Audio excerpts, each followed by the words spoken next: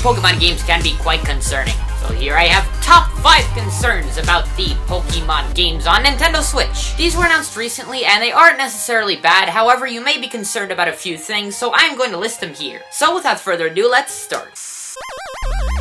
Number 5, interruption of the current generation. Now, this one would kind of obviously happen since the current generation of mainline Pokemon games is on the 3DS. As far as we know, other than interaction via the Nintendo Network Fringe service, there are no other ways for a 3DS and Nintendo Switch to communicate in an efficient way. Considering how a generation is formed mainly to separate certain games from ones they can and can't communicate with, moving from the 3DS to the Switch would probably definitely end Generation 7, and start Generation 8. With Sun and Moon only having come out last year, and Game Freak basically threatening us with a new game next year, I'd say that Generation 7 would be kinda looking at a premature end. And it is true that the past 2 generations have only had 2 titles each, just as Generation 7 is shaping up to have. But those were at least spread out over a more considerable amount of time, with Generation 5 lasting from 2009 to 2013, and Generation 6 lasting from 2013 to 2016. The 2 games of a generation only coming out within a year of each other would kinda probably mess up and rush a lot of stuff,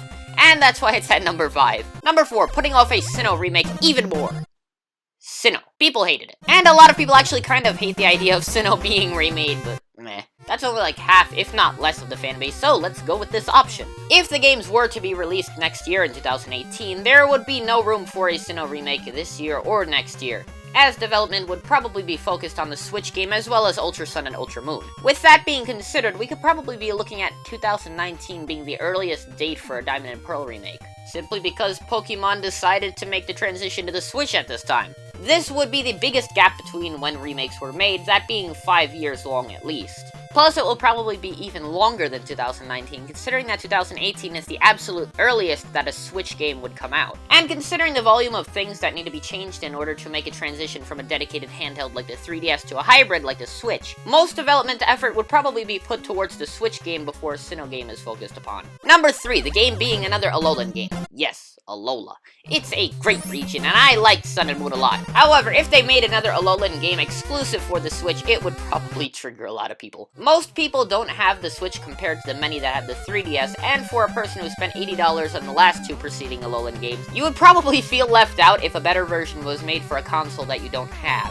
This selection kind of ties in with Pokemon Stars theory, which probably won't happen because, hey, who needs another more expensive Sun and Moon? I would be as shocked as this guy if that happened. But this gets the number 3 spot just because of it being a little fearful possibility that I might have just put into the back of your mind. Number 2, removal of certain features. With the transition from a dedicated handheld to a hybrid, a lot has to be sacrificed. This means probably a loss of some features when compared with Sun and Moon as we know it. The most namely of these things would probably be the absence of a second screen. This would make a few tasks taken for granted in the games that we now have just a bit more annoying to complete. Like checking a map or accessing a multiplayer menu. Usually that stuff is just a tap away, but with one screen you'll basically need to scroll through menus and submenus and even more submenus to those submenus in order to access that stuff. It's also not as efficient for keeping track of live things, like a map for instance. Constantly checking a static image of where you are is not as efficient as watching it just go while you go. We would also have to be looking at a lot of upscaling in terms of graphics and resolution because, well, this wouldn't necessarily be a bad thing, but may take away from the feel that Pokemon has had over the years. Taking all of that into consideration, this selection is number 2. Number 1, you just can't wait for me to tell it to you because you've been waiting so long. It's the game being a Switch exclusive. The entire point of a Switch game. I just nailed it at the end of a concerning video.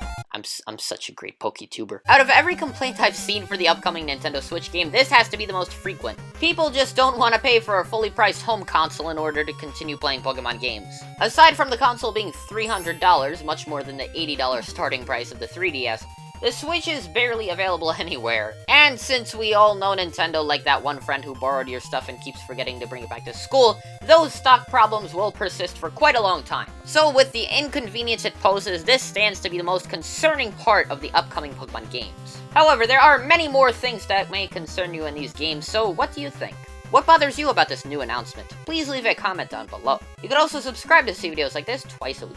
Regardless, the determination in this outro is shared with my desire to find a Switch at the manufacturer's suggested retail price, and I will see you in the next video.